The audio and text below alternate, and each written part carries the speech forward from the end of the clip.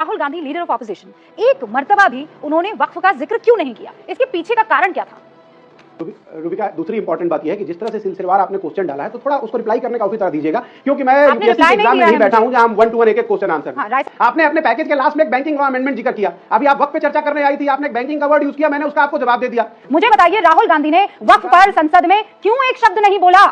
तीसरी बार रिपीट करी हूं। तीसरी बार रिपीट करें तो बीच बीच में इतने आप अपने स्वयं के पैकेज चलाने लगती है ना। सुनिए, Rubika Liyaquat, leader of house mister Narendra Modi ने क्यों नहीं बोला? क्या उनको थाईलैंड के लिए अपनी पैकिंग करनी थी? सरकार घुमा फिरा के ऐसे आदेश और ऐसे कानून बार बार लेकर आती रहती है जिससे मुसलमान परेशान हो। दूसरी बात, ये भारतीय जनता पार्टी के और आरएसएस के लोगों को एक मनोवैज्ञानिक बीमारी है, मनोरोग है कि इन्हें मुसलमान को परेशान होते देख के बड़ा आनंद आता है। दोस्तों, औरंगजेब राणा संघ के बाद अब गोदी मीडिया के स्टूडियो में डिबेट चल रही है वक्फ बिल को लेकर। वक्फ बिल को पास कराने के लिए बीजेपी के पास लोकसभा में स्पष्ट बहुमत है और राज्यसभा में भी उसके पास बहुमत है, तो ये बिल आसानी से पास हो जाएगा। जिसके बाद भी गोदी मीडिया के स्टूडियो में इस बिल को लेकर इतना हाइप क्रिएट किया जा रहा है कि मानो इस बिल के आने के बाद से मुसलमानों की सारी परेशानी दूर हो जाएगी और अब कोई भी मुसलमान गरीब नहीं रहेगा। तो आज की इस डिबेट में भी इसी मुद्दे को लेकर डिबेट हुई। रूबिका लियाकत को यह दिक्कत थी कि राहुल गांधी ने वक्फ को लेकर एक बात भी क्यों सदन में नहीं कही। तो वहीं कांग्रेस प्रवक्ता शुभ्रांश राय ने कहा, प्रधानमंत्री ने सदन में कौन से 2 शब्द कहे हैं, आप हमें दिखा दीजिए। तो आइए दोस्तों, डिबेट को शुरू करते हैं।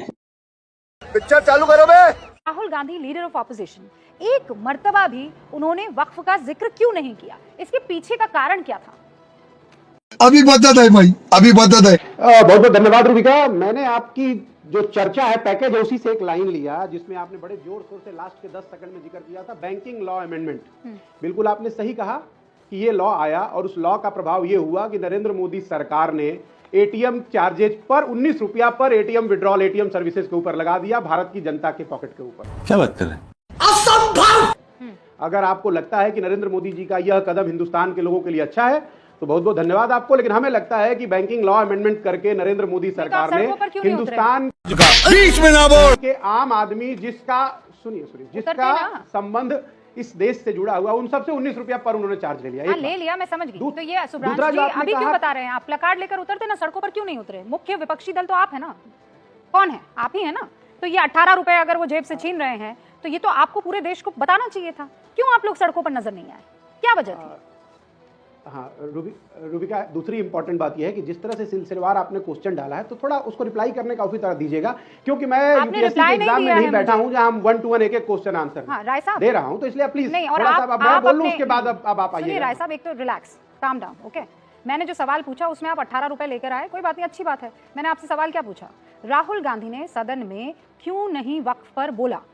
चल झूठा। क्यों नहीं बोला? इसका जवाब तो आपने दिया नहीं, तो मैं आपसे क्रॉस क्वेश्चन ना करूं? मैडम, आप अपने जितने क्वेश्चन करने कर लीजिए, लेकिन उसके बाद जब मैं बोलना शुरू तो प्लीज थोड़ी मर्यादा मेरे लिए भी दीजिए ना। आपने अपने पैकेज के लास्ट में एक बैंकिंग लॉ अमेंडमेंट जिक्र किया, अभी आप वक्त पे चर्चा करने आई थी, आपने एक बैंकिंग का वर्ड यूज किया, मैंने उसका आपको जवाब दे दिया।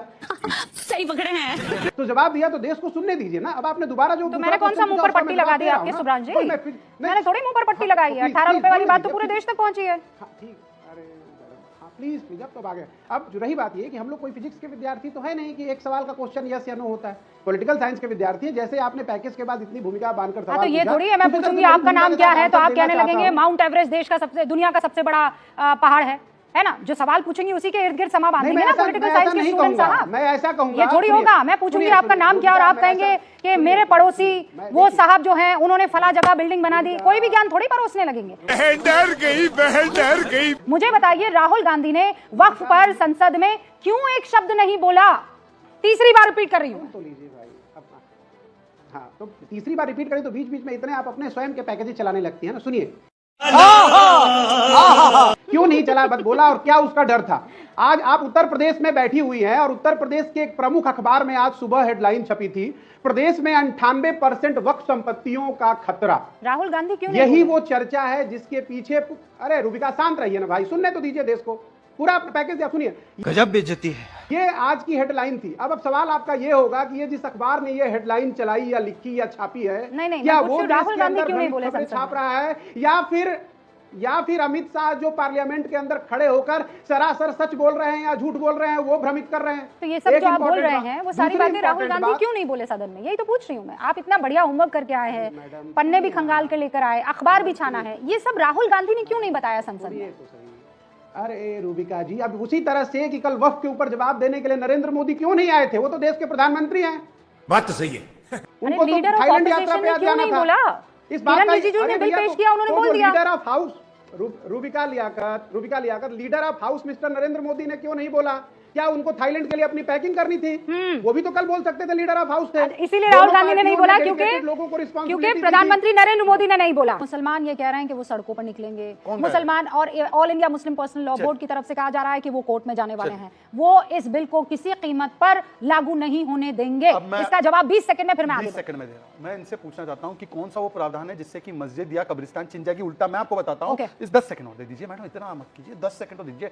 इनफैक्ट जो वक्फ बाय यूजर 95 से पहले कोई कॉन्सेप्ट नहीं था, केवल मुसलमान ही कर सकता था वक्फ बाय यूजर को प्रोटेक्ट किया, कहा है कि रेट्रोस्पेक्टिवली कोई वक्फ बाय यूजर प्रॉपर्टी को नहीं छेड़ा जाएगा। अगर वो डिस्प्यूट में होगी तो कोर्ट तय करेगा। और आखिरी 10 सेकंड और 5 सेकंड और ओनली 5 सेकंड। मैं सिर्फ इतना पूछना चाहता हूं कि अब केरला के सांसद का क्या स्टैंड है चर्च के बयान पर? ये कांग्रेस शुभ्रांशु जी जवाब देंगे, लेकिन उससे पहले राजकुमार भाटी जी, क्या विपक्ष सच में कतरा रहा है वक्फ पर बात करने से संसद में पर्टिकुलरली? नहीं, बिल्कुल नहीं। हमारे सांसदों का आप पूरा अगर सुनेंगे, कई सांसद बोले हैं और बड़े साफ बोले हैं और बड़े आंकड़े और बड़े तथ्यों के साथ बोले हैं। और अखिलेश जी ने भी बोला है, और हमारी अखिलेश जी ने स्पष्ट घोषणा की थी संसद के अंदर के हम इस बिल के अमेंडमेंट के खिलाफ हैं, हमारी पार्टी इसके विरोध में वोट करेगी। आपने जिक्र किया कि एनडीए एकजुट रहा, लेकिन इंडिया भी तो एकजुट रहा। इंडिया की सारी वोट एक साथ पड़ी हैं। ये बड़ी अच्छी बात कही आप। बिल के विरोध में पड़ी हैं। दूसरे, अभी शुभ्रांशु जी ने जो जिक्र किया जिस अखबार का, मैं वो हाथ में लेकर आया हूँ, मेरे पास है अखबार। अभी शहजाद भाई कह रहे थे कि उसकी जो आदिवासियों की जमीन सुरक्षित रहनी चाहिए, ट्राइब्स की जमीन सबकी सुरक्षित रहनी चाहिए, मेरी भी और आपकी भी और वक्फ की भी। हम शुरू के दिन से ये कह रहे थे वक्फ की जमीनों पर सरकार की नजर है। कल संसद से बिल उससे पास हुआ, लोकसभा से, अभी तो लोकसभा से हुआ नहीं, अखबार ने छाप दिया। उत्तर प्रदेश की 98% वक्फ संपत्तियों पर मंडराया खतरा। कौन है ये लोग, कहां से आते हैं ये? और क्या लिखा है?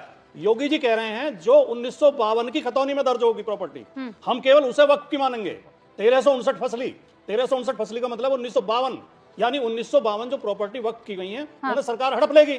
और जिस तरह अयोध्या में रेलवे की और सेना की जमीन अपने उद्योगपति मित्रों को दे दी है 1 रुपए 2 रुपए के रेट में, उस तरह उद्योगपति मित्रों को बांट। अरे देवा, ये गड़बड़ है बाबा। सवाल यह है कि वक्त की जमीन पर सरकार की नजर है। जवाब जल्दी से दे दीजिए शहजाद। मैं 2 वाक्य बोल दूं? अच्छा ठीक है, 2 वाक्य। देखिए, एक तो सरकार घुमा फिरा के ऐसे आदेश और ऐसे कानून बार बार लेके आती रहती है जिससे मुसलमान परेशान हो। दूसरी बात, ये भारतीय जनता पार्टी के और आरएसएस के लोगों को एक मनोवैज्ञानिक बीमारी है, मनोरोग है कि इन्हें मुसलमान को परेशान होते देख के बड़ा आनंद आता है। अच्छा, इन दोनों उद्देश्यों के लिए बिल लाया गया। सवाल आप जवाब दे दीजिए। मैं गंभीरता से कह रहा हूँ। अरे अरे तो आपने बोलना कहाँ शुरू किया यार? पहले क्या लग जाते हो? भाटी जी पूरी बात आपके बीच में, भाटी जी बोल दी ना, पूरी बात आपने कर ली। हाँ, मैंने बोल दी। ओके, आप जवाब दे दीजिए। जमीन हड़प रहे हैं, आपको मनोवैज्ञानिक क्या है सर? बीमारी है। मैं कह रहा हूँ सबसे तो नाराज रहते हो यार, एंकर से भी, प्रवक्ता से भी। इसी की तरफ मुंबई मुस्कुरा दिया करो। मुंबई में ये बिल आने से पहले 60% लैंड एंक्रोच्ड है वक्फ की। लखनऊ में 78% एंक्रोच्ड है। हैदराबाद में 75% एंक्रोच्ड है। तीसरी बात मैं पूछना चाहता हूँ, सिर्फ एक सिंपल बात पूछना चाहता हूँ कि अब इसको बिना इंटरप्ट करे, बेत द्वारका में कृष्ण जी की जमीन पर वक्फ ने दावा कर दिया। कृष्ण जी पहले आए या कुरान पहले आए? मैं बोलता हूँ कि कृष्ण जी पहले आए। अब ये बता दें, यदुवंशियों की पार्टी है, महाकुंभ की जमीन पर वक्फ का दावा है। मैं पूछना चाहता हूँ कि महाकुंभ की जमीन पे हो सकता है? 1500 साल पुराना शिव जी का मंदिर, आप और मैं दोनों जानते हैं प्रॉफिट मोहम्मद सल्लल्लाहु अलैहि वसल्लम पर 1400 साल पहले कुरान नाजिल हुई। रुबिका जी, आप तो मुझसे ज्यादा जानती हो कुरान के बारे में। 1500 साल पुरानी जमीन पे कैसे उन्होंने कब्जा कर लिया?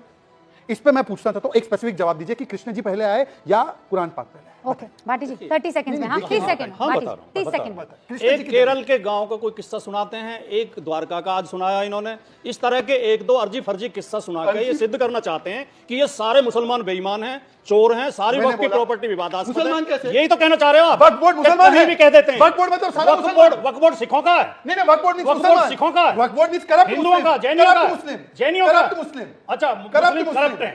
कुछ मुस्लिम करप्ट हैं, क्यों कुछ नहीं होते?